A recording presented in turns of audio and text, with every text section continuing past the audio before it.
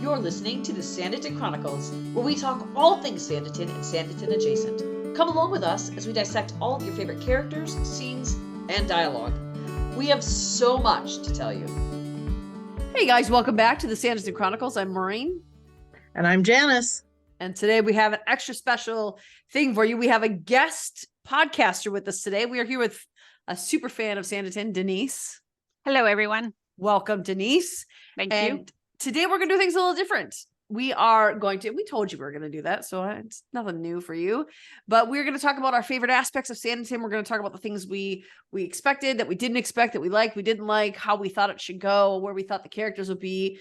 We're just going to have a Sanditon conversation today is basically what it's going to be. And I think that our group enjoys that. I think that all Sanditon fans like to have Sanditon conversations in, I would wager to say, everyday life. I think that's a fair assessment. Sure. So what are some things that you guys, now I want to go through all 3 seasons though. I don't just want to be like, oh, overall Sanditon, it was fun. I want to dig into the season. So from season 1, season 2, season 3, what were your favorite aspects of each season, or what storylines got you the most? Well, for me, what drew me into it right away was the excellent writing for the characters. I love, they're not they're not one-dimensional. They're very three-dimensional. So and I'm always captivated by a good relationship / love story. That always draws me in right away. And I actually posted on the Facebook page today because they were talking about, Alexander versus Sydney. Of course, the first couple episodes, Sydney's not terribly likable. No. But you knew that since he was going to be the main love interest, there was going to have to be development and all of that. So I was watching for that. That was the big thing from season 1 for me.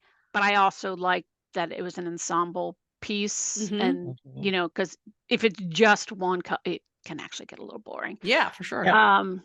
And I love the character of Charlotte, just because she's not perfect. She's definitely got her flaws, but she's got such a good heart. And, she cares about the world around her. And, right. So I loved her journey. So then that's for all 3 seasons, obviously. Yeah. So for season 1, that was the big thing. And of course, I loved the music and dance scenes being the dancer myself. So good. Absolutely. Yes. Yeah. And that is the one place where I did notice the anachronisms, but they were I love the way they used it to tell a story. So that's always sure. Always, you put a dance scene in something, and the chances of me watching it go up by about 1,000%. And I really love the choreography in this series. A lot. Especially in season 1. I mean, yes, the gold ball was just yeah, it was the best. I still think that's the best dance scene I've ever seen in a piece. I really love that. And my favorite song too is in season 1, and that's the Irish song that they sing at the end of episode 1. The mouth, what do they call that? I actually looked that up. I did too. I was looking up the words.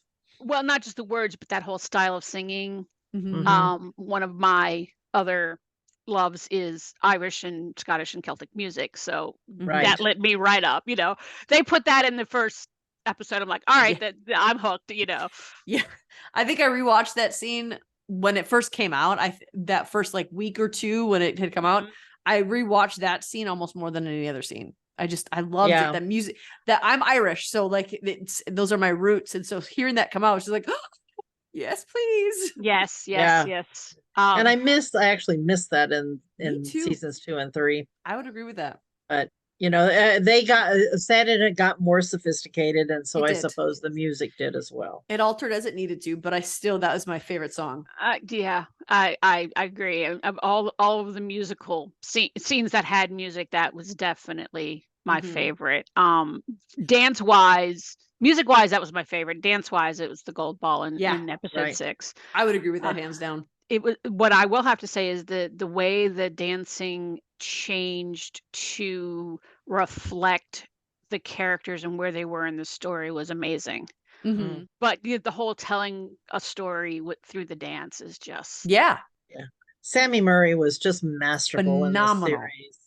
She did such a great job. That wouldn't be how they were actually dancing in that period, but I mean, It's But it was closer beautiful than- to watch. it is. No, it's pretty. There were just some. There were some elements of it, and what they were closer in season 2 and 3 than they were in 1. But Yeah. I don't care. I just like watching the dancing. So Yeah. I'm not a stickler for that, but that's not exactly how it would have gone. Yeah. I still think it's closer than Bridgerton because at least the choreography and the music. I don't actually watch Bridgerton. You haven't? Am I committing a faux pas there? To be honest, No. sadly, I have no interest in it. Janice, how about you? What was season 1? What was your favorite aspect of season 1? And I'm sure we've mentioned this at some point, but what was your favorite? Yeah. Well, of course, my favorite episode is 6. Well, yeah. Yes. We know this, but I'm right with you. It's Charlotte drew me in right away. That fact that she was, hunting down that rabbit and then dropped it all to go rescue the Parkers, and so in her just us seeing the world through her eyes, I love that. And I loved how feisty she was and how she gave it back to Sydney, in the second episode, and then the good things that happened in the third episode, how they really got to know each other. So I love their relationship and how it developed and changed. And, over the series, of course, heartbroken as everyone was with what happened in the last episode. But I also, I loved Esther and her wit. I loved Sydney and his gang of guys, and his friends. And I also I love the way the music matched up with the characters, and like when Sydney and not Mark Stanley, but Babington. Yeah. How dare you forget that name? I know. How could I do that? When the three of them would walk and they played the same music each time, that was incredible editing and directing and music. And then I love Esther, and I love the banter with Annie Reed with Lady D. Lady D, yeah. Yeah. I thought you forgot Babington's name again. That's why I looked at you like that. No, I'll remember it now. But anyway, so I love the ensemble part you talk about. I love that, how they would switch from one story to another. And obviously, Georgiana's story was very engaging, and I like her character way more in the later seasons. Yes. So, but I loved how Charlotte was with everybody, the Stringers. It was just a wonderful cast, and it would have been, what's that? Arthur. Gotta love Arthur. Yes, Arthur. Oh yeah. And I was just thinking about this today. I was rewatching some of season 3 and how Arthur's character has developed and changed significantly over the 3 seasons. Yes. Yeah. I love Turlough. It's Yeah. Jack Fox is a really good villain. Oh my God. He's such a good, incredible actor. Yeah. And such a good guy in real life. Yes, so it's so weird. That's my issue, because he plays bad so well, convincingly. and the same was true of Tom Lennox, Colonel Lennox, getting Tom Weston Jones. Yeah. So we all know. Maureen, I can't remember. You probably said it. Yes, episode 6 from season 1. All right. So, which is your least favorite episode from season 1? Oh, I hated episode 4. Thank you. Me too. Well, I would literally. Well, but 8 had redeeming parts to it. It did. It's just that when Sydney and Charlotte had that blow up in the street, that's what broke my heart. And for me, I felt Charlotte was a little out of character in mocking. I'd agree with that. Sydney. Well, she got caught, kind of. You know what I mean? Yeah. I think there too, I think she was trying, because Charlotte really wanted to relate to Georgiana, and the fact that Georgiana had basically accused her of not being a very good friend, I think that affected her. And so she was intentionally acting out of character. And I think part of why she got so mad at Sydney was because Because she she got caught. realized she was caught out being out of character, and she knew it wasn't in her character to do that. She was mad at Yeah. herself. Well, and she was so deceived. I mean, yes. Georgiana lied to her. Yeah, And- that's I So did at that Otis. point, I mean, I wasn't a big, I mean, I like Georgiana's storyline. I thought it was very interesting, and it's not something that gets brought into a lot of period pieces, so that, Mhm. but they existed, so they should. Yeah. But her as a character, She was a brat. she's definitely, and I could even understand where that brattiness was Mhm. coming from. Yeah. I mean, she's pulled out of everything she knows. Mhm. She doesn't, and I understood that. But there was Charlotte being so good to her, and Yep. that's how she treated Charlotte, and that's one of the hugest reasons that episode 4 is like, if I'm doing a rewatch, I don't necessarily not watch episode, but my gosh, do I fast forward through a whole lots of it. There's little pieces here and there Yeah. of other I things mean, going on, but Yeah, of course, episode 8, as you were talking about, Maureen, is the heartbreaker. I mean, the fire, what happens. I mean, and that wedding scene between the two of them is almost unbearable. And so it is the heartbreaker, but the one I just couldn't stand was 4. I mean, yeah. it was just Well, at too least in hard. episode 8, Babington and Esther get their happy ever after. So there's Right, that, right. And he, that he wants to propose to her, and then Edward interrupts it. The Well, and reason then why and 8 he- is my least is because, and this is colored simply by how it played out after the season wrapped. It's Right. because we had always known, okay, Sydney's not going to stay. Sydney is going to get his happily ever after too, because right now it's not. And the fact that it was stuck in an unhappily ever after until he died, that's why it just sticks in my head. Because honestly, there's not really an episode from season 1 that I don't like. There's some from 2 that I don't really like, but there's none in episode 1 or season 1 that I hated or that I didn't like. Right. I don't fast forward through any of season 1. I might fast forward through a couple of season 2, but not through any of season 1. I think for me, what drew me to this show is, first of all, I love Jane Austen. I have when I was in college, we actually went on the spur of a moment trip. We're broke college students who we thought, after watching Sense and Sensibility, it was the year Pride and Prejudice came out in theaters too.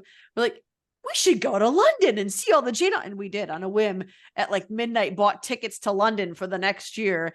And so Jane Austen I love her so much. And so when I saw this, I thought, oh, this is amazing, another Jane Austen movie. And then I also knew Theo James before, and I like Theo James. So those were the two things and I think that's why season 8 sticks out so much to me, because Theo James was the only person I really knew going into this.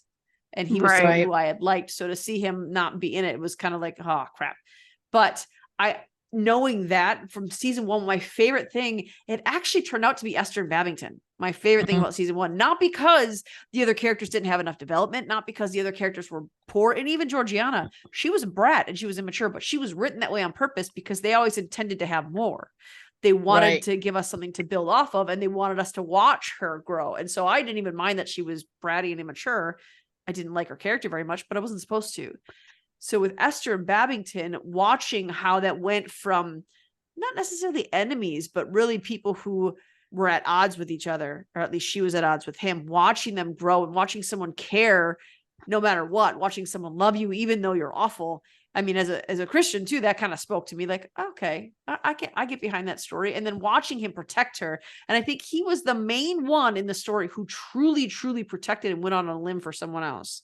Mm-hmm. I mean, he didn't know Esther that and well. He seemed to have an innate understanding of the fact that Esther was lashing out at him from her own pain, and not because she was a horrible person. Because I mean, obviously she wasn't. But he got that. So I remember the one of the when he went to see her after they got disinherited and all that. Yes, episode 7, and his just I'm here just to support you. And yes.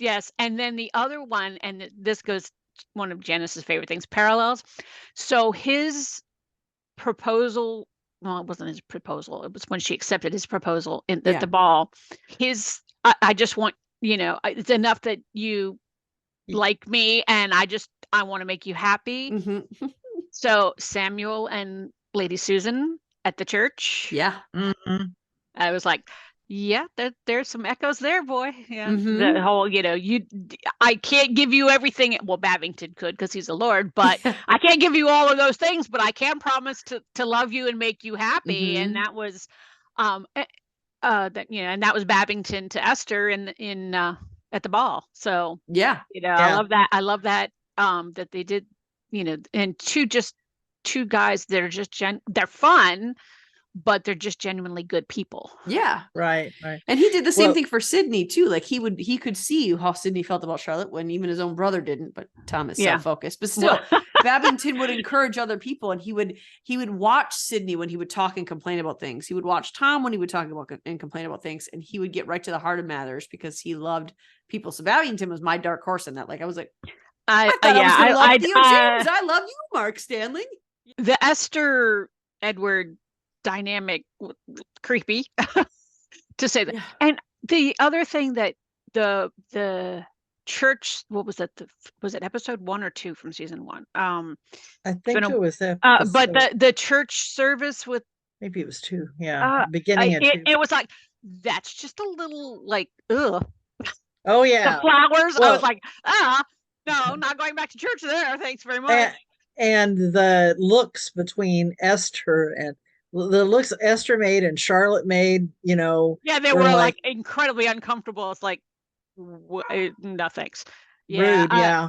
And fortunately, they kind of walk back from the. I'm like, if they're going to carry on that character that way for the whole, no. I mean, They walked it back. Clearly self-centered, but yes, they pulled it back a little. But that would have been hard to watch if they had kept down that road, which fortunately but they always, you have to get in your groove. I mean, that was the first episode, or second, maybe the beginning maybe of the second, whatever, but it was early. So right. And another character, I mean, the acting was incredible throughout the whole series, was Clara. Mm-hmm. Yes. I mean, Louis that Sikowski did a great actress job. is amazing. Yes. The nuances of, because you're supposed to hate her, and just when you're supposed to, or not trust her at the least, and then you're like, okay, well, there is some deep, dark stuff going on there, and she could portray that with just an inflection in her voice or the change of expression. Yeah, amazing stuff. I don't know that there was ever a truly happy ending for Clara. I think there was too much trauma in her past for that to happen, but she got a reasonable exit. Yeah. All she ever wanted was security. Yes. And not to be wholly dependent on someone else. And Lady Denham provided that for her. Yes. So that was as close to that was all she ever wanted. It was all she ever wanted. She, it would have been nice if she'd gotten some happy out of it too, but at least she got her security and her, and she didn't have to worry about, she was always manipulating people because that was how she could survive. And at least one hopes that in her, new situation, that she doesn't have to live that way anymore. And I think because she won't be dependent on anybody else. She won't even Lady Denham. I mean, Lady Denham had given her that. It is now hers. She doesn't have Edward there to corrupt her. She doesn't have to depend on someone else. She doesn't have to fight for anyone's affection to ensure she gets stability and safety. I think for Clara, I think that was happy because that was what made her happy. That was what she fought for. Yeah. I don't think it was happy so much as content, maybe. I don't know. Again, and also it's nuance of the word, but I'm not entirely sure that Clara actually knew how to be happy. Maybe she found that later. Mm-hmm. Well, certainly it was, she was totally redeemed in our eyes at the end of the series. That's, I mean, so, we don't, I know we can pretend we think we know. Right, exactly. It just based on what she would had to have been, her mid-20s ish. Yeah, I would assume. So based on the trauma she'd probably lived with all her life, that from if she said for her it was an uncle, so I assume from a very young age, probably that she was that way. But what about let's get into season 2 now. What was your favorite thing, Denise, about season 2? Your favorite things? Okay. Well, I love the I know this is controversy because everybody wanted Sydney back, but the I thought way they did they good without him. the way actually, and I honestly think that Alexander is a better match for Charlotte than Sydney would have been long term. At least the way they wrote it. Yeah, well, the way, yeah. But so for season 2, to be honest, Allison annoyed me a little. Little bit.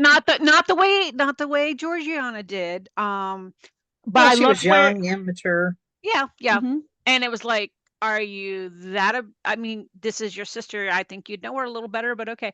But I love the way they honored and handled the Sydney Charlotte Mhm. relationship, and I also agree. the mourning of it. Of the 3 seasons, seasons 2 is my least favorite, but that doesn't mean I don't like it. It's just of the 3, it's my least. I would agree with that. Because But it's of kind course of a they had transition. exactly they had Exactly. to do a whole lot, Mhm. and I think they did it well. I think both seasons 2 and 3, had they been 8 episodes each instead of 6 each, a whole lot could have been fleshed More out that developed, yeah. Mhm. wasn't, yeah. So season 2, because I felt like Allison and Declan. Declan were rushed to no end. I mean, Little bit, you knew yeah. that was going to be the end game. I mean, it was clear from, there was it needed some more. I didn't find their being in love with each other 100% convincing because there hadn't been the development. But I did kind of like the parallels in that relationship with Esther and Babington. The Mhm. disdain and the banter back and forth. I And love. again, it was a triangle like it was with Yep. Esther, Babington, and Edward. Edward. Yeah, yeah, yeah. So there was. I am not a fan of love triangles, but but There were 2. That's one of the reasons. they make good for good tension. I know, but Yeah. oh Mhm. my, I'm like so over them. That's Jane Austen uses those a lot though. I know it's a typical kind of literary trope, and but it's just, but so many, well, not so many, but there's been a number of shows that when the writers, and this is one of the things I appreciate about Sanditon, would they don't ignore the fans, but they also don't let the fans pull them off good writing. Yeah. Right. And I've seen a number of shows where the love triangle has gone, there's been like more chemistry between the leading lady and the third point of the triangle instead of the original intended, end game. Mhm. And the writers have let that pull them off the rails, and that just drives me. So that's where my I'm over love triangles has came from. Yeah. Yeah. But so season 2, yeah, I mean, it was it was a you had to wind down the Sydney storyline, stand up I did the intrigue behind the whole Georgiana's inheritance and what Mhm. was going on there. Alexander Lockhart. Vallejos, played Lockhart. He also plays a baddie in Outlander. Like, I think dude, he Yeah. super enjoys playing that I think character he though. does, but another case of a really nice guy. Yeah. I did not trust him at all, and I know some people like felt, I don't I don't know where you two came down on it, but I was like day one. I'm like, No. he's in it for something, and I was pretty sure I knew what it was. Well, especially the So, way he went after Arthur to get to her. Yeah. yes, and so that whole intrigue, I found, I enjoyed that added a lot to season 2 that Mhm. I otherwise would agree. have been a okay, hurry up, get these characters set up again. And I wish we could, and this is why I would have liked 8%, because in season 3 they say, she was Charlotte was governess for several months. So there was obviously a lot of, not necessarily a lot, but interactions between Charlotte and Alexander while she was the governess that led to her, Charlotte, falling in love with him. So Yeah. I would have loved to have been able to see, I know just snippets of it to give us a taste of it.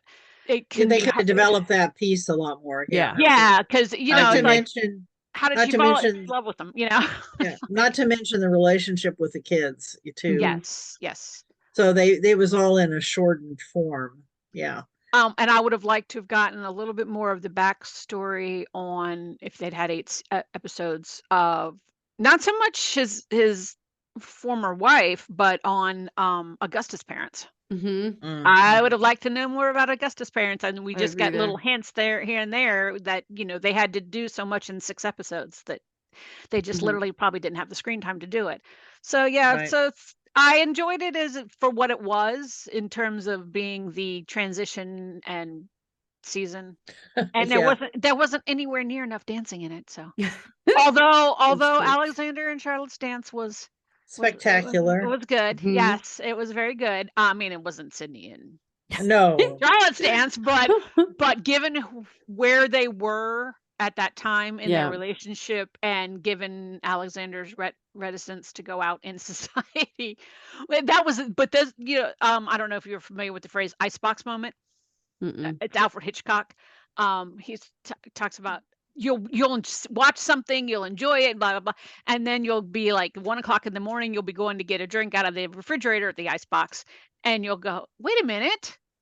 And the one that goes, wait a minute. So Alexander hasn't been out in society for what, 8 years, however Something like old. Yeah. that. How did he know the dances? Oh, well, that's always my question.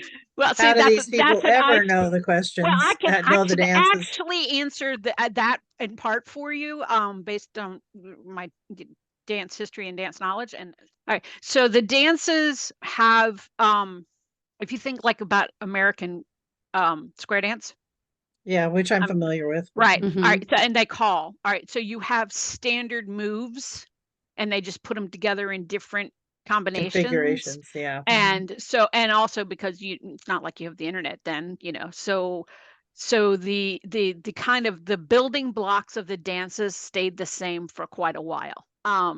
Just like they do like an American square dance or Irish set dancing Mhm. Right. for Maureen there. So I think like the barn dance with Charlotte at the Hmm. out in the country, they'd actually In have call. Wellington. They'd actually call them, Right. call the figures. Yeah. I don't know that if they would do that in the ballroom so much. I'll have to research that more for you. Like when in I know this is season 3, but when Georgianne comes up and says this quadrille, everybody would have known what the elements of a quadrille were, and all you Sure. would had to do was watch to see which pieces they were putting in where, and you'd have it in a round. Mm. Right.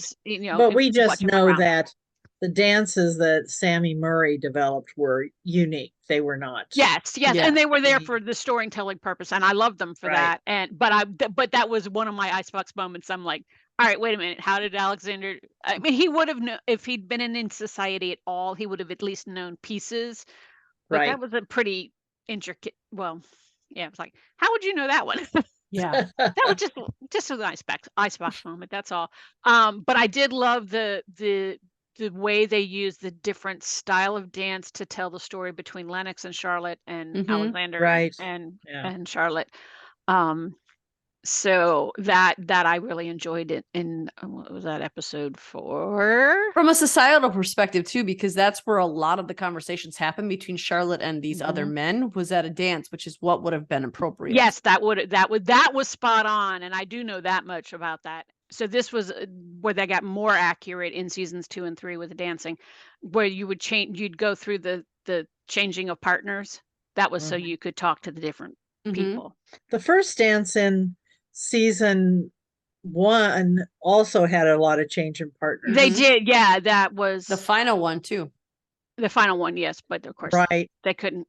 Well, I don't know. I mean, they might have changed partners around, but Sydney and Charlotte weren't going to change partners. Well, they didn't dance in the Yeah, they didn't final dance in the final episode. episode. No, that's true. They never did.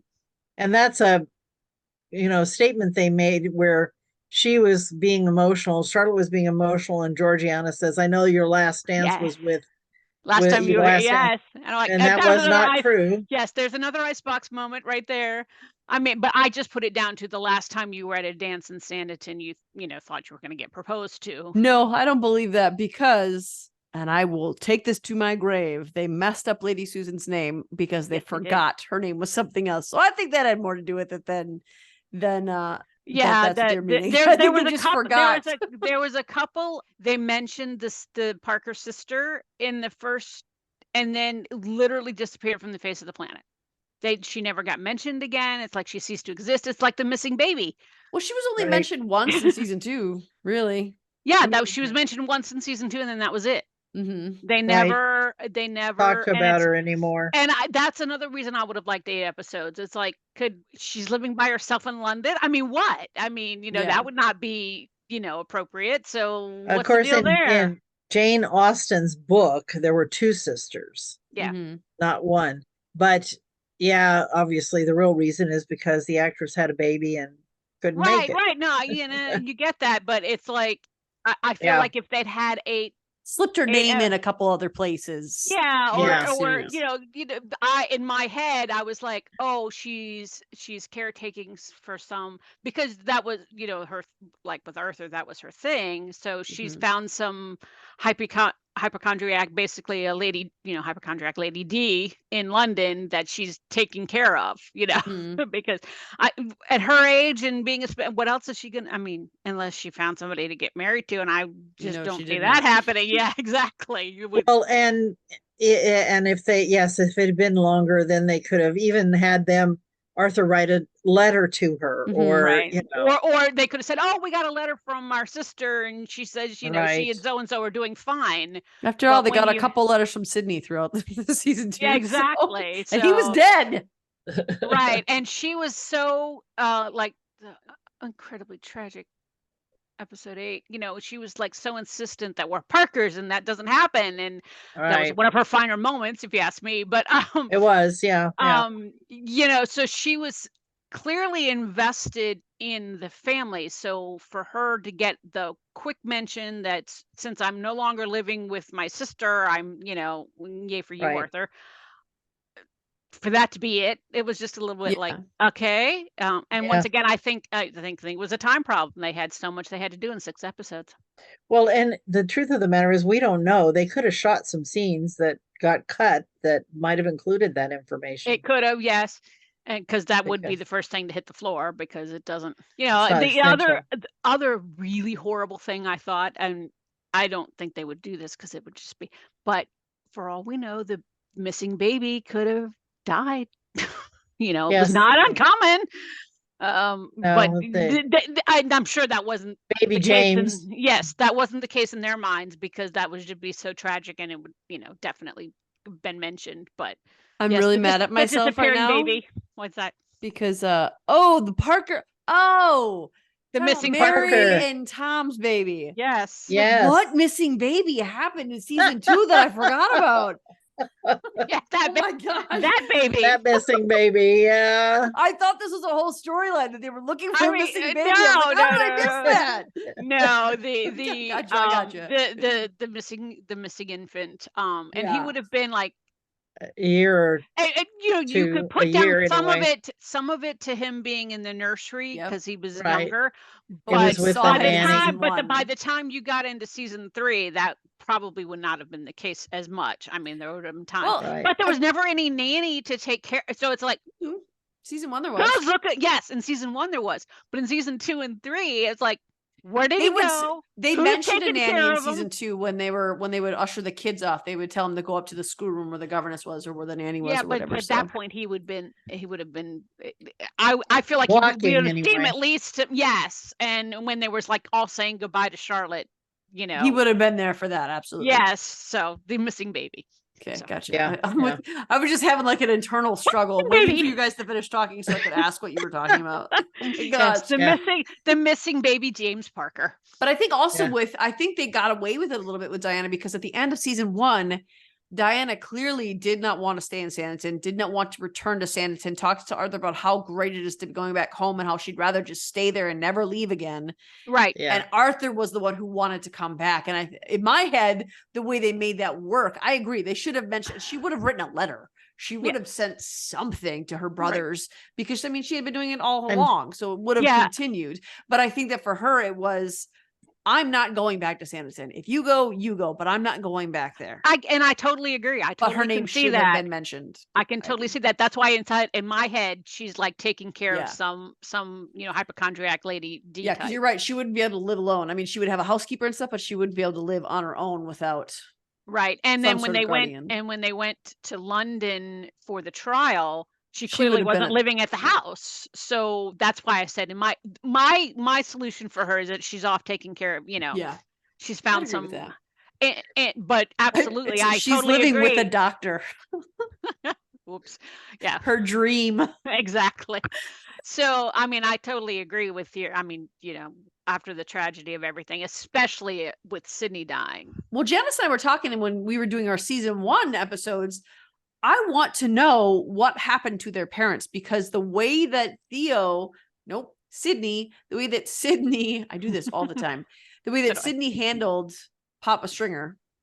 I can only remember Rob Jarvis right now. What's his first? Yeah. What's Old Stringer? That's what they call him, Oh. Old Stringer. That's all we ever knew.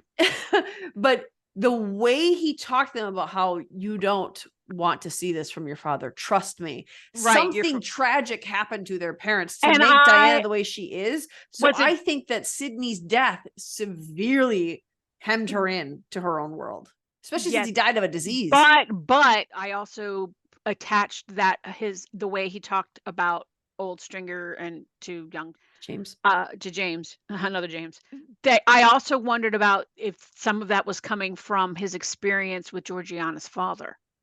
Yeah. Could be. Yeah, could be. In terms of, because I mean, obviously he passed away and we don't know what, Mhm. and it could have been an accident. Who knows? But I mean, he had to have ended up with the guardianship of her somehow. So I would love to know. We were talking about, I guess, in the emails and whatnot, about, so the history of kind of the Parker family would be one of those things I would Yes. love to know. Right about. Have you read the book that they wrote with season 1? Yeah, Yeah. But- They add some information a in there, little but bit, but not enough yeah, to satisfy satisfy me No. anyway. I No. moved that book with me from room to room, and I still have not started it. But I moved. Uh-oh. Janice had been telling me about it for months, and I finally was like, "Janice, I got a copy of it. I'm going to start reading it tomorrow." And I take it with me every room I go it's into. not that but long. I got through it pretty quick, but I just need to crack it open. So another couple of things about season 2. I absolutely am amazed at the acting job that the actor who played Colonel Lennox did. Yeah. I mean, what he could do with just a change of facial expression was totally amazing. I mean, he was really good. And I've seen him in some other things, and he's really good. He's a really good actor. Yeah, I like Tom Weston Jones. All of the cast was just amazing, and I mean, I know they were given excellent writing, but all they could say and convey with the shift in expression was just amazing. And I have this whole there's a stable of British actors that's just and I think any one of them could be a quote unquote movie star, but I don't think that's what they're in it. They're in it for the craft, and it shows. It just shows all of it. And one of my favorite scenes from season 2 comes with Tom Weston Jones. It's that scene on the top of the ballroom steps when he's talking with Scarlett. He starts off genial and nice and talking about how they had this place. And in an instant, he turns into a dark side, crazy, raging man who is clearly has an anger problem. And then when she gets away from him, the way he again goes back into, he's not the happy, nice guy he was. He's also not the raging guy he was, but he goes into this calm, masked guy. Yeah, he puts a facade on. They all happen in such quick succession. And you can tell, I mean, yes, he's raising his voice, changing that tone, but it's his expressions that are so quickly altered to match the emotion that's supposed to be coming out of him that it was like, holy cow. And that was fun to watch. And sometimes he just holds his face differently, and he goes from being really good looking to ugly, or vice versa. Yes. Jack Fox as Edward was the other one who, the incredibly subtle shifts in the face with the character through all 3 seasons. Yes. And the other thing that the other scene in terms of performances was in the end of season 2 at the camp between Alexander and Colonel Lennox. Yeah. And the don't let you how can you be sure you won't fail her, Charlotte? It's just like, oh my, she's clearly in love with you. And the cutting edge in his voice. Yes, it was like, ouch. And it was just like, it was that right amount of half truth and half lie. Yes. that he Right. could speak to him, and he knew exactly what sword to wield He in that knew moment. he master manipulator. Mhm. Master Yep, manipulator. exactly. Absolutely. And so was Edward. So that it makes sense, but the two actors who just conveyed all of that. Wasn't that I called that? That's what I called one of the episodes Yes, in you that. Yep, did. it was. Now with Yeah. Jack Fox, see, I wasn't disappointed in him and Jack Fox. I Yeah. was disappointed in the character because after season 1, I mean, obviously season 1, he's an abuser. He's emotional, mental abuser to Esther, He is a manipulating narcissist. Yes. and he's Yep. yes, and he's wicked. But still, the way it ended, I was like, okay, I don't like what he does, but his character makes me laugh, so I want him to be better in season 2, and he just got worse. He got so much worse in season 2 that by the end of it, I was like, no, there's nothing you can do at all to redeem yourself to me. You came at my girl, you did something way beyond the pale, you harmed her, but then in season 3, they still made me like him. So it just well, it was interesting too, because I felt like the biggest, despite all of Lady D's efforts to, punish him and redeem him and whatnot, I think the biggest punishment to him was actually caring about Augusta and Mhm. giving her up. I mean, he did the right thing. And he Mrs. gave her up. Miss Hankins, And those Mrs. two. Hankins, yes. But he didn't have to give him his Hankins up, so to speak. But it's like you actually had a shot at potentially having a real relationship, and you did the right thing, because you're right. You were not, The right good person. enough Yeah. for him. But when he said the line, and I remember this, and you all talked about it in the episode recap, when he said the line, "I love you more than I've ever loved anyone," I'm like, he is telling the truth. Yeah. He's not capable of loving Absolutely. much, but you are the one he loves. And he was also genuinely kind, as Lady D pointed out to her in Yes, the he end was. there. Yeah. So I think they redeemed his character as much as they legitimately could have. Yeah, that's right. That's an And excellent way to agree. put it. And him being in the church and have you lost your mind about being a clergyman? That's what I said. That is going to end badly for some poor unsuspecting woman who goes to the clergy for help. Well, yes, but I mean, but that is one thing I do know about that. It was not uncommon for that to be a position for people, in the upper levels of society, but who have no money. Yep. The second sons, as it were. Yeah, the second. Quite Well, often. and he wasn't even a second son, but Honestly, Lady D put him there because it would be a punishment. Yes, yeah, and he would also. She could keep an eye on him. Hankins was going to keep an eye on him, and he tried the military, and that clearly didn't pan out. No, that wasn't going to work. But also, he's less likely to create scandal for the family in that. Put him there. No, I know he still could do it, granted, but he has a lot of people around to. Where there's an Edward, there's a way. Exactly, but there's people around to nip it in the bud. I don't think Reverend Hankins is all that observant to be able to take that task on. Lady Denham, yes. Well, Reverend she's Hankins, there. no. Well, Janice, what were some of your favorite things about season 2? Well, as I said, I really like the whole competition between. Let me back up. The thing that I really loved about season 2, the how Sydney was handled and the information we got over time. 2, the fact that Mary finally set Tom down and said, "Don't you understand what he sacrificed for you?" Absolutely. And that he was in love. They were in love. It's like knock the man upside the head.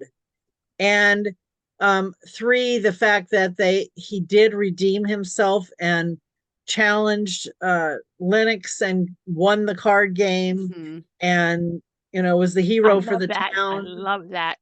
Yeah. And the fact that they stood up to as a united front. Yep. Against Charles Lockhart. So those are, and of course, I love the fact that finally Fraser and Allison got together. She finally kind of grew up and went, and then's laughing about the man she's in love with is a farmer, So yeah. I did love Fraser. I did too. Yeah, he was.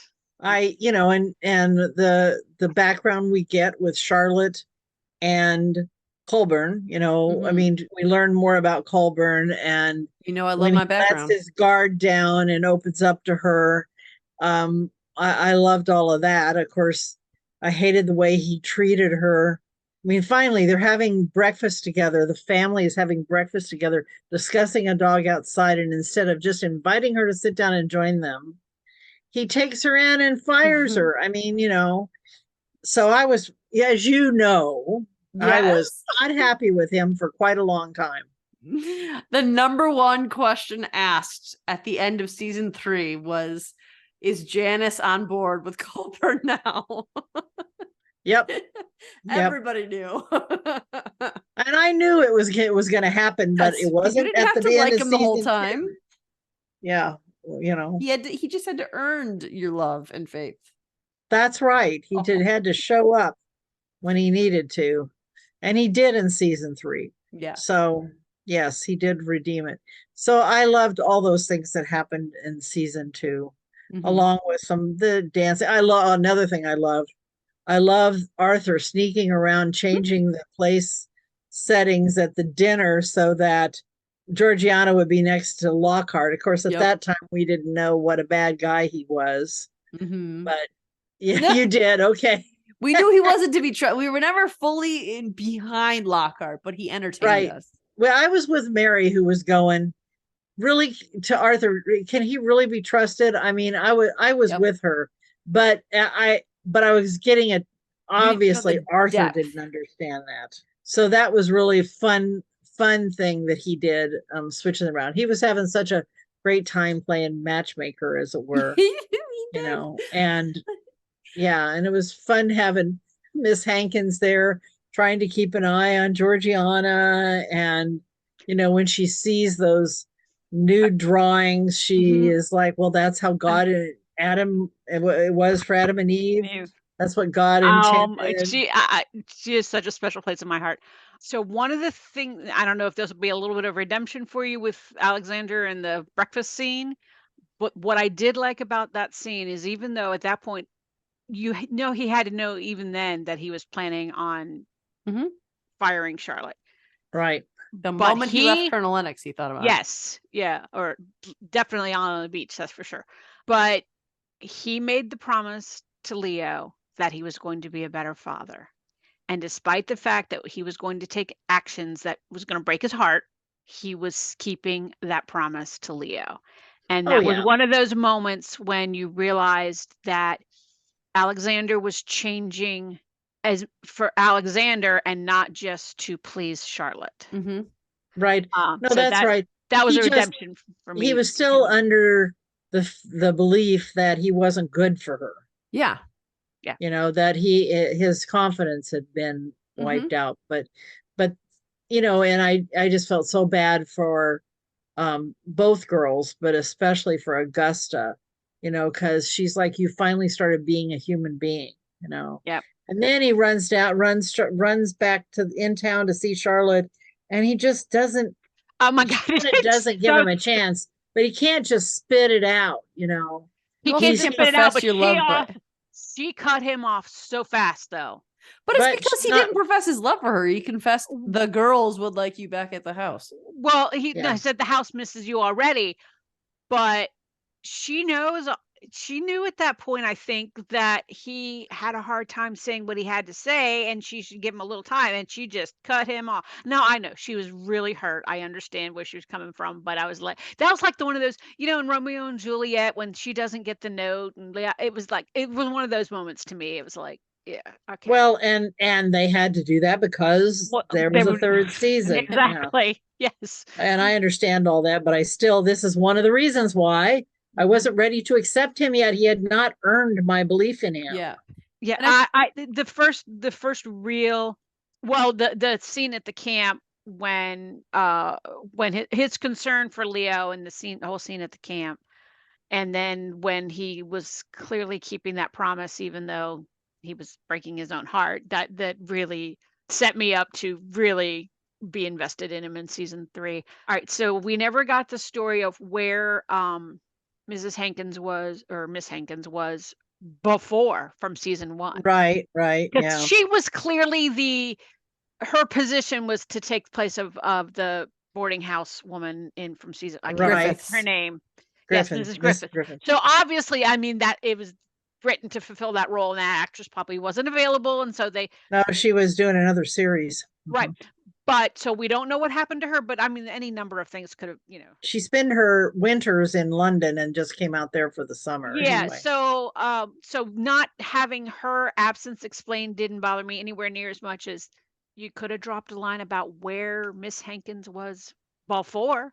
Yeah, 'Cause because they clearly acted like she she'd only always been there. been Yeah. there, yes. And so, maybe she was taking care of a elderly relative who passed away and then came back into town. But these are all things that if it had 8 episodes instead of 6, they could have dropped a line in and, just to Right. explain these anomalies, and Yep. they could have checked the scripts and gotten Well, Lady for- Susan's name right.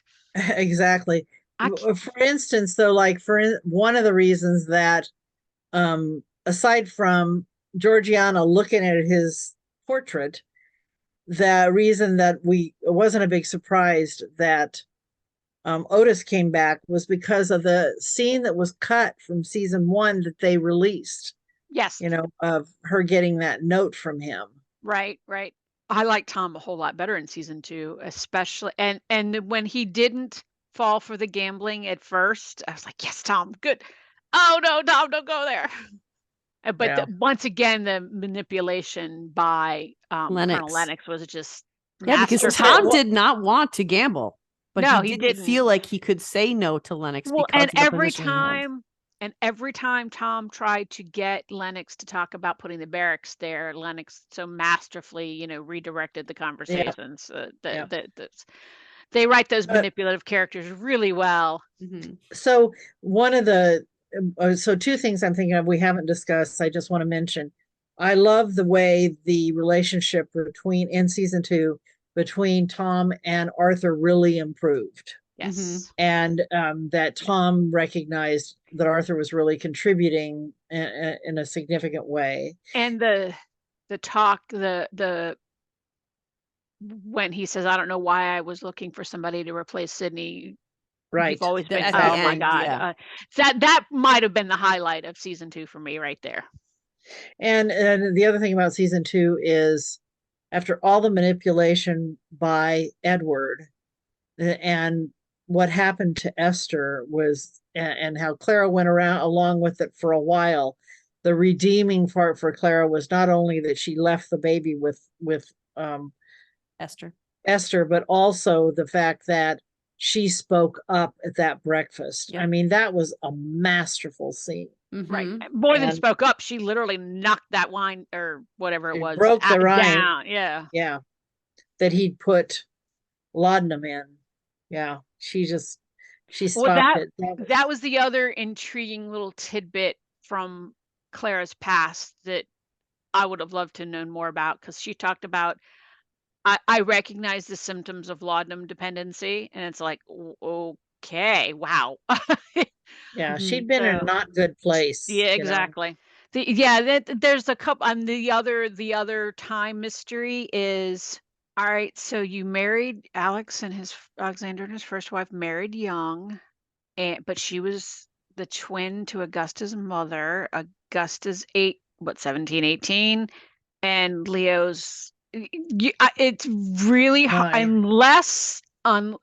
unless it was Alexander was young and he married an older woman, which I know is entirely possible, but that timing doesn't work unless. No, I think it was that they didn't have a child until halfway through. I think that Augusta was born significantly later than Leo because Alexander and is it Lucy?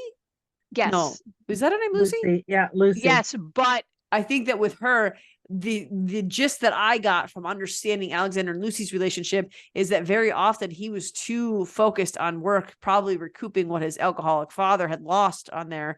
That's why Samuel left. So he spent all of his time trying to recoup rather than focusing on his wife. And then when she would go to town, they were separated for a very long time. We don't know if it was a year or more that she didn't come back to the country house with him until he said enough is enough and went to go get her, and she was pregnant. So I think that. But I'll tell you the real reason. Likely, but it is possible that's why Augusta is so much older.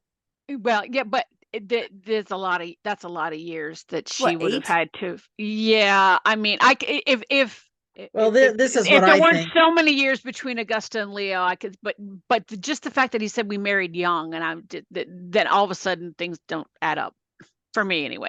Well, obviously the other sister married younger, but But and they were had a child twins. younger.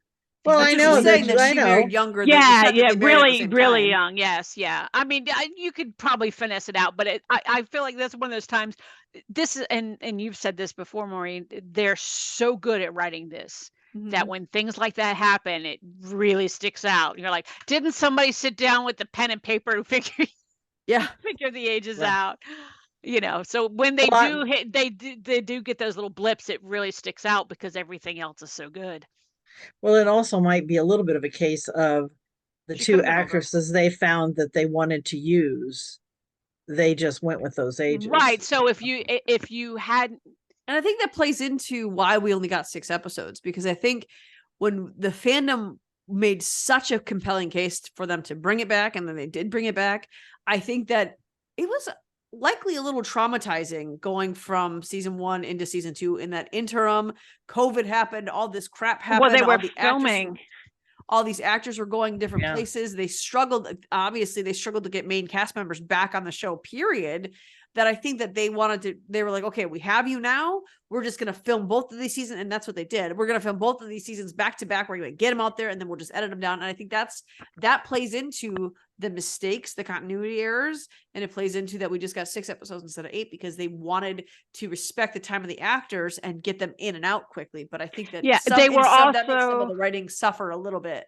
Yeah. Well, they were also like I don't know whether I read it or was listening to an interview, but they had to CGI in Tom in the wedding scene because he was out with Right. COVID, because the actor was out with COVID.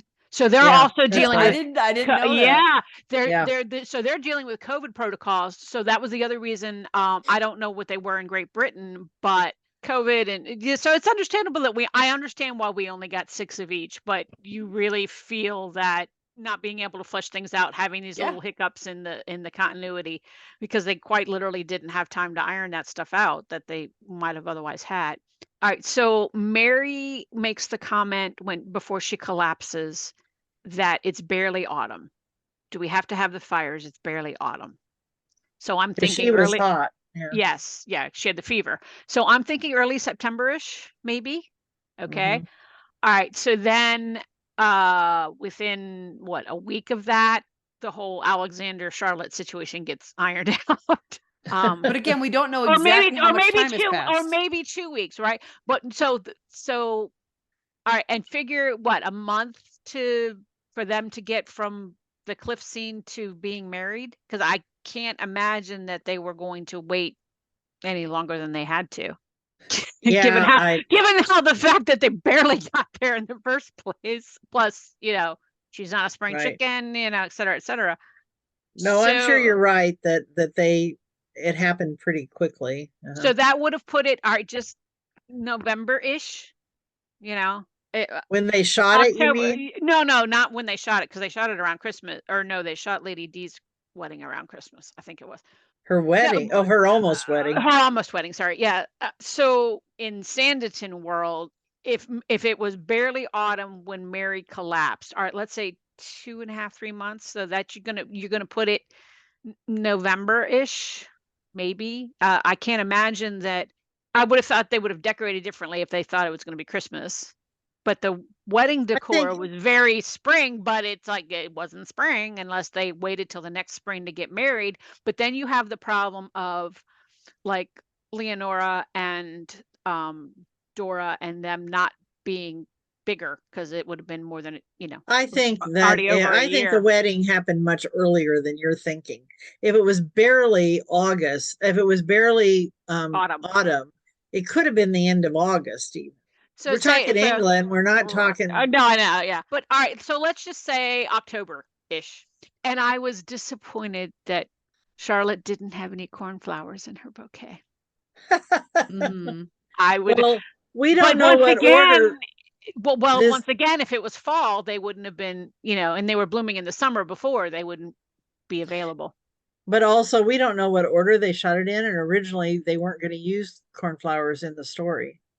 Mm-hmm. Right. So, Right. I was just, but that was such a pivotal scene for Alexander and Charlotte that it was like, really? No cornflowers? It was just disappointing. The other thing that struck me as odd when they were introducing, so in season 1, whenever we were introducing the Parker brothers, they would specify Sydney, Arthur, Tom. In seasons 2 or 3, well, we didn't get Samuel till 3. In season 3, she, like, at one point Charlotte's introducing, and she introduces them both as Mr. Colburn. She doesn't specify who's And who. that would have been Mr. Samuel. It would have been Mr. Yeah, Colburn and Mr. Alexander Colburn. or Mr. Samuel, whatever. So Samuel's the that older one, was, so he would have and been then Mr. Colburn. even when Alexander introduced Sam to, it was in episode 2 at the beach with the recital, and he was introducing Samuel to Lady Montrose and Lydia. He says, "My brother, Mr. Colburn." And it's like, all right, so Mr. Colburn and all right. Sam would have been Mr. Colburn. So it's weird when they're together and Alexander's not introduced as Mr. Alexander Colburn, because Sam would have been Mr. Colburn. But there were no names. Alexander So would let's have been talk- differentiated. so you've gotten in a lot of those things, but let's talk about what you liked about season 3. Oh, season 3. I think it actually might be my favorite season. I love the fact that even though Alexander's heart is broken, he kept his pledge to Augusta and Leo and was a better father / uncle or father figure. No matter how Augusta felt about it. No matter how Augusta felt about it, and I understood. I mean, he was really trying to do what was right by her. And the relationship between Augusta and Leo, how that had changed. The whole thing, it was like, Charlotte had brought the house to life, and even though she was no longer there and his heart was broken, they retained that. So I love that aspect of it in terms of the Colburn family. Right. The Montroses, I just adored. I mean, Lady Montrose was a piece of work, but she was played so well. And she did have, like, the moment when she was, genuinely concerned that they were going to find out about Harry, and he did. That was my favorite Lady Montrose moment. Yeah, that was like, okay, you do have a heart. Okay, good. And Lydia to me in season 3, in a lot of ways, was Esther in season 1 in terms of the sarcasm, the snark factor. Yeah, the sarcasm. But she was not mean. No. I think actually, I think she was actually very compassionate. Yes, I indeed. And clearly, even though they didn't get many scenes together or much dialogue together, there was a really great relationship between Harry and Lydia. I think she cared very deeply for him, wanted to protect him. Yes, absolutely. And she had so many good one-liners. So many. Just the zingers. That was I can never tell, and I loved when Lady Montrose says, "I can never tell if you're complimenting me or insulting me." Insulting me. That's it. Yes, yes. And Lydia's face was just gave nothing just away. A smile. Like, good poker player. That and one. I would, if they'd had 8, I would have loved to find out who and what position. You have to figure that the person she almost married. When Lady Montrose didn't think he was suitable, did that simply mean he didn't have enough position, enough money? I can't imagine that he would have been like some ne'er-do-well or something. Lydia doesn't seem to be that, to fall for that. So I would have loved to know who that was. Georgiana's journey was excellent. Yes. And I'm glad that one, the genuine relationship that she had with the Parker family, as compared especially to like season 1, where she was like trying not to care for anybody. I was a little worried there for a minute that they were going to keep her as she was when she was with Harry. I was a little worried for a moment. Yeah, you were like snapped out of that when she realized what was really truly important, and she always knew. I think she was just afraid. Yes, and I think and that was just a sign of how badly the whole debacle with season 2 With Charles Lockhart. The Lockhart thing. I was going to call him Alexander. I was like, no, that's the actor's name. And say, I'm doing you, Maureen. I do that all the time. It's so So once you know them, it's so hard. That was a sign of how deeply the whole situation with Lockhart scared her and hurt her. And yes, and it was also, to me, it was a sign of, especially with everybody coming after her. And I don't think she cared about her fortune so much about money, like Lady D's money. For her, for Georgiana, to me, it's security. It's like, right. And she had a very tenuous position in society by virtue of being mulatto and, all of that. Yeah. So for her, that was like, but the genuine care and affection between Georgiana and the Parkers, I loved. The scene on the beach when she takes the girls to go look for shells. Yeah. And the fact, Arthur was all worried about letting her down over her party. And she was like, no, Arthur, that's, that's not your value to me. Your value to me is as a human being. When she said to Arthur, if you can't marry him, why shouldn't I? Oh, right. Yeah. Now that cut, I mean, that was horrible, but there was no judgment from her. No. To Arthur about, preferring men to who he women. Was. Yeah. Right. So yeah, I loved Arthur's journey. But yes, it's like, so Harry didn't marry Georgiana, obviously. So how did they, Arthur would have made sure Harry didn't go without, because Arthur's not rich, but he's not penniless either. That's the unfinished story. What happened with the Montroses? I think Harry would have married a beard. I don't mean a man. I mean like someone to. I think he would have married a woman at his mom's urging, because that's why he was marrying Georgiana. Yes, but he would have lost Arthur if he did that. We already but I think that, again, desperate times call for desperate measures. He was going to marry Georgiana, even though he had feelings for Arthur. Right. No, yeah, I get that. And he did, I think he did feel some responsibility to the family name and the state. But yeah, so that would have been an unhappy ending, because then that would have been the end of Arthur and Harry. I think that's all they're going to have is an unhappy ending, because it would, because of the times together. Yeah. Yeah, that harkens back to when Alexander says to Charlotte at the first interview in season 2, I know it, when a woman fails to meet society's expectations, which that's just another twist on that same, Yeah, it is. Yeah. So we haven't spoken at all about Edward and Augusta running off and how that was all handled. When Edward got back to the house and Lady D, after they got back, the heartbreak on his face. Just like, yes, you do love Augusta. He absolutely did. And then when he was saying there'd be no wedding, and he glanced at Augusta with regret, and he was saying it regret for but I also felt like that was regret for him and Augusta as well. Oh, I think absolutely it was. How much was it Augusta had fallen in love with Edward, and how much was her wanting to get out and get her independence? Because I think it was either one of those things. I didn't see why she would have fallen in love with Edward. Granted, you can't choose who according to Lady Susan, you can't choose who you love, but I don't know. That was a little. He was forbidden fruit. Yeah, there is the forbidden fruit aspect. What are you going to say, Maureen? I think too that we see when they're at the table with when Ralph and Charlotte come over to the Hayrick house or Hayrick Park, and she's awkward. It was so awkward. She's talking about how Alexander is pushing her to marry a man of substance, a man of standard. These men are not paying her the compliments that she wants to be received. She wants to be loved. She wants to feel something. She wants to be swooned. Nope, swoon's not the word. Wooed is the word I'm going for. She wants to be wooed. Yeah.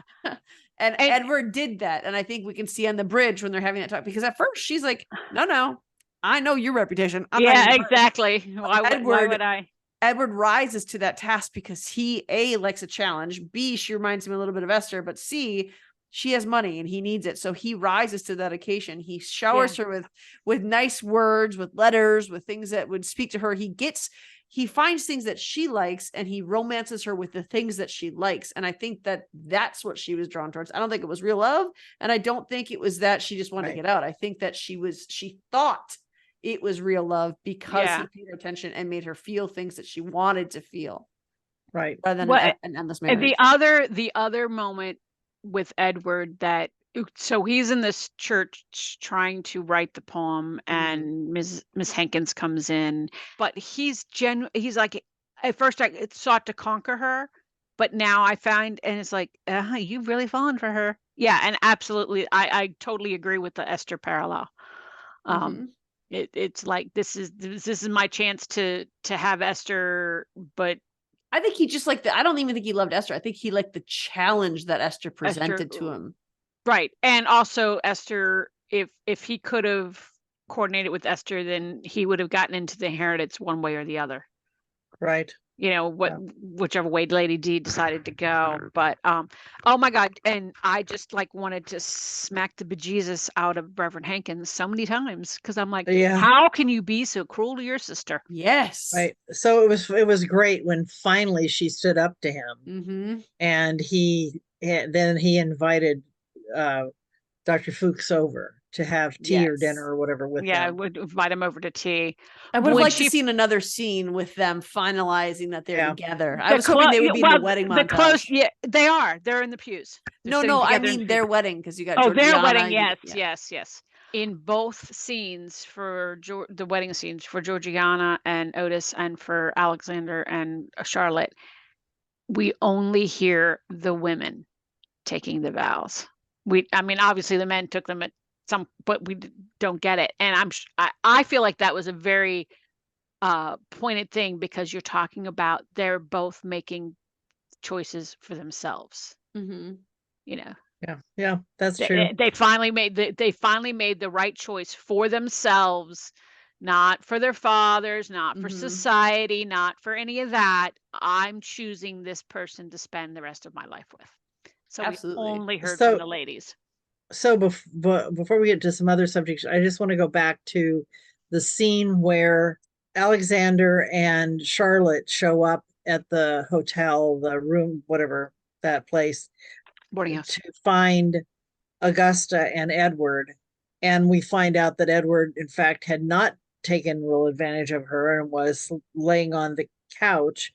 And just the change and what Alexander went through mentally with conversations with Charlotte. I love all the conversations Charlotte has in Coaches. It just works. And that's turning his attitude around so that he was more accepting of her desires, of Augusta's desires. Right. Yeah.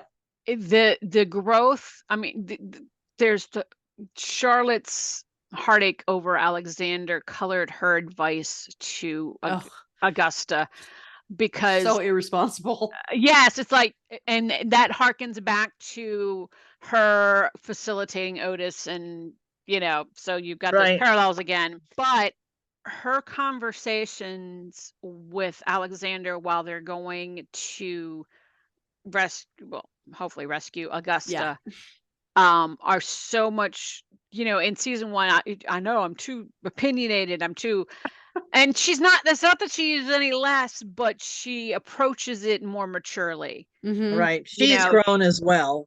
Well, first of all, and unlike Sydney, Alexander says, he asked her, what should I have done differently?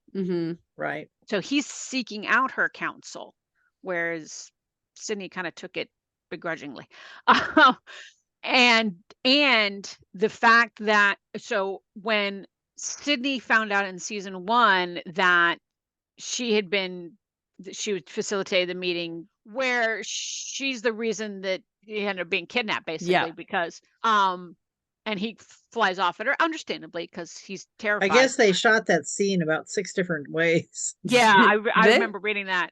And Charlotte this is one of the things I love about Charlotte. She always fesses up to her mistakes. She always does that with the best intentions, but so she fesses up to Alexander that Alexander does not get angry at all. He's just understanding that she had no idea it was Edward. So that the amount of growth that you can see, not only in their relationship, but in them as individual characters in those carriage scenes. Yes.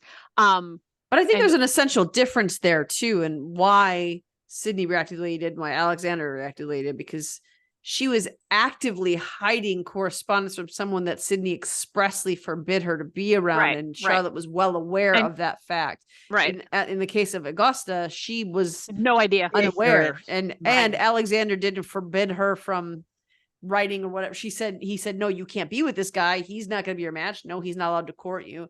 But Charlotte was not wholly aware of what was happening, and so it was No, easy she for her to be wasn't. like, And okay. the double meanings of everything said in the carriage ride, and but especially, and I read the interview with Rose where she was like, when he went into dad mode there, and backed Augusta basically. Mm-hmm. That was it. So I know when I think she decided she needed to call it off with She didn't Ralph. call it off. Well, no, Ralph gave her the out, but Mm-hmm.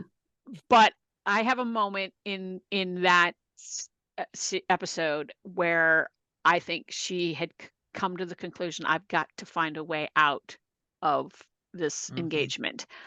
I know what I think it is. I'm just curious what you ladies think it was, or did you At Mary's not think it? bedside. Oh, okay, that's I don't not think when I think it was. I don't think she wanted to marry him. I think she already knew she was in love with Alexander, but I don't think she was to a state of, I'm going to call it off, because there were severe ramifications for that if she did that. I think it was at Mary's bedside when they were talking about love and God, and she was like, I can't do this.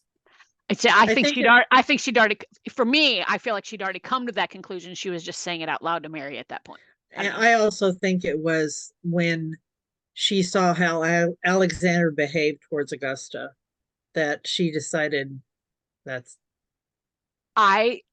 For me, this is just my, when they've rescued Augusta and they're in the carriage ride back, and Augusta's like, how could I let myself fall in love with them? And she's like, I know it feels like, and she says to Augusta, but she's really talking to Alexander, as we all know,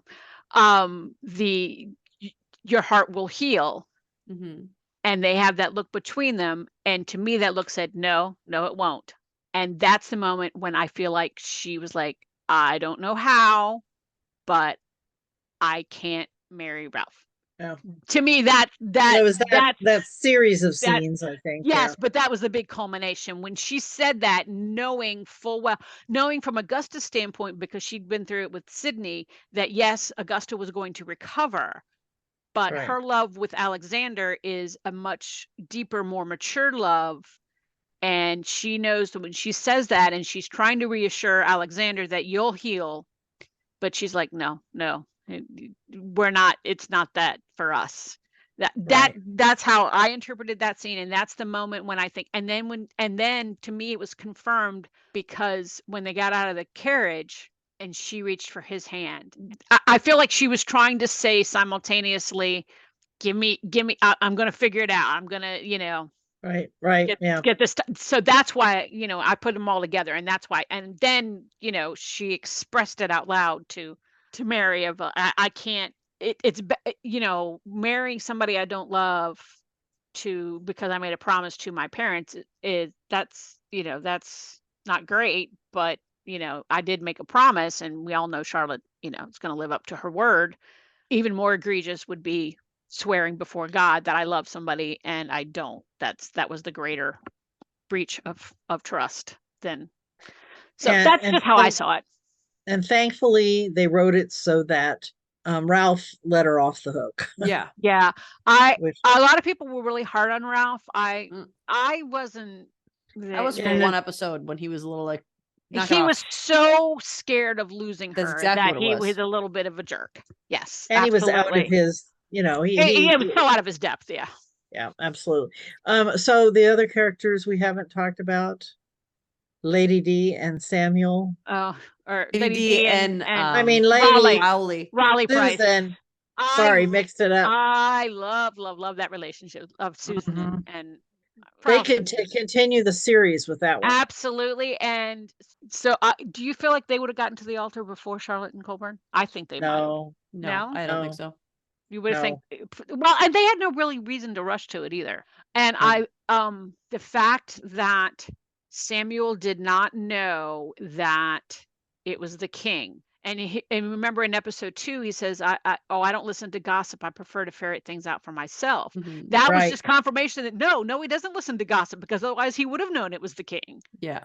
Right. Um, And the fact that then they had Charlotte explain that to him. yes. Mhm. I love those two actors together. They were Mhm. awesome. Well, and apparently they just had a blast together doing it. Yeah. And they're friends now. Yeah. Yep. Uh-huh. And apparently Samuel, his home is, he was able to live at home while they were filming. Yeah, because he lives in it was real Bristol. close. Yeah, he lives in Bristol. And it was nice that they both got, they're happy, and there's Yeah. another 2 characters who were genuinely good at Mhm. heart, Genuinely good people. generally good Mhm. people, so they get their, they get happy. Yeah. So now Lady D and Raleigh. Rowley. I love the way it ended. I It love ended that they- exactly the way I would have it expected should've. it to end. Yes, because if they had them get married, I would have been so disappointed. Yes. Because that was like, no, because and the fact that then it caused him to back off on the hotel being so grand yes, and help save the community, and the way that they got her to agree to give some money to this. And Charlotte, the way that Charlotte was and masterful in that. yeah, it was wonderful. Raleigh was to me, he was one of those characters that he could have just been really unlikable. Mhm. Right. Because there were so many aspects to him, but he would say things, and not that unusual for the time, but then he would realize, because things like owning. Yeah. Like, he was like, oh, that didn't come out quite the way I meant it to. And Right. you are not making your case here, because when he's talking about his dead wife, and she had excellent taste, and I'm sure there are things you'd want to change. It's like he doesn't even know her. But he would always find little ways to redeem, and I don't think he ever meant any of it maliciously. No. But he always No. found little ways to redeem himself. And That was great dialogue between the two of them. Mhm. Yes. Yeah. And it would have been so out of character for Lady Denham if she didn't care about losing her title. And Yeah. her position and her independence, Mhm. because she'd fought so hard And for her it. home, that she's the queen of that castle. The queen of that town. town. Yes. Well, they didn't need to marry, because it's not like they were going to procreate or any of that. Yeah. So the arrangement, and because that stuff had to happen. She gains Yeah. nothing from the arrangement. They could be hanging out at her house if they didn't get married. So it wasn't. Yeah, you're yeah, right, there no, was but no reason. There was no reason for it, well, companionship. So Right. But that could So be done without being married. right, but and there had to be relationships where, especially when because I mean, realize at this time, well, probably even still today, but at this point in time, most marriages were business arrangements. Mhm. And Mhm, because one or both were getting, something out of it. There was nothing for either of them to get out of marriage other than companionship. So Right. it seems to me completely realistic that 2 older people, established, had money, didn't have to worry about position in the world, Yeah. would Right. have an arrangement, I think this was good. I think we had a really comprehensive talk, and it was nice to hear your viewpoints, Denise. It was nice to hear your input, Yeah. because Janice and I, we've become so familiar with each other's viewpoints. Yes. It was really nice and refreshing to have someone else come in and have a different point of view from us. I like that we didn't see eye to eye on everything. I like that. I like hearing this is what we wanted. We wanted to have conversations about things that were outside of what is in Janice and my own head. Right. and not in my volumes of YouTube comments. I felt so bad that I couldn't comment on those. Oh, we were no, doing I knew YouTube there was no comment way, section, but like, oh man. No, it was one of those. No, it was seriously one of those. If I don't write this down, and I could have done individual I'm like, oh my God, that would just no. That would take forever. I would take write the forever. paragraph too. Yeah. So I was like, I just need to get these thoughts out there. I'd never expected you to address all of them, but thanks for coming on with us, Denise. It was nice talking to you. It was nice meeting you. It was nice putting a Mhm. face to the comments. I appreciate that. Yay. And I really do. I appreciate your involvement on the channel. I really, really do. It was nice to hear your points of view on the videos. You weren't shy about commenting on them, and I appreciate that. I wish I was better at commenting and responding back, but I'm not Life so happens. great at it. life happens. It does, yes. But on And that the insights that you add are Yes. wonderful. Mhm. Yeah, and I like how analytical. You said that you called. How did you call yourself? Anal? Did you say anal retentive? Is that what you said? Yes, I'm anal retentive. I think that's observant. I like that observation. I am a very analytical person. Yes. That's how Janice and I were with the first season, but I didn't watch enough of the second and third to be that way yet. So I'm glad that you were for us, because I didn't notice the wedding ring thing. I didn't catch if she was wearing one or not. So I'm glad you did that stuff. But we have more opportunities to cover this stuff. Yes. Yep. And Janice and I, before we come in with we're going to jump into our next series of character breakdowns, relationship dynamics. And Janice and I are going to come back at you next week with an Ironies and Parallels episode. And looking forward to that one. Yeah, we will get back to you with those. So keep watching our channel. Make sure you're checking out our Facebook page, the Sanditon Chronicles Sanditon Family Fan Club. You can catch us all over social media. And please do not forget to subscribe to our YouTube channel. That is the best way for us. We're working on getting interviews. It's the best way for us to get you interviews, is to give our channel some credibility by subscribing to the page and subscribing to our podcast on whatever podcast platform you listen to it. So make sure you do that. Tell your family and friends to get on it and hit that button. And we will see you next week. Bye, guys. Bye. Thank you so much. Are you craving more TSC content? Head on over to our social media accounts. You can find us on Twitter, Instagram, and our Facebook group, the Sanditon Chronicles Sanditon Family Fan Club. Also, check out our website, thesanditonchronicles.com. Of course, we want to hear from you. We want to know what you want to hear and what your thoughts are. Email us at the.sanditonchronicles@gmail.com. And don't forget to subscribe to our YouTube channel. Tune in every week for new episodes.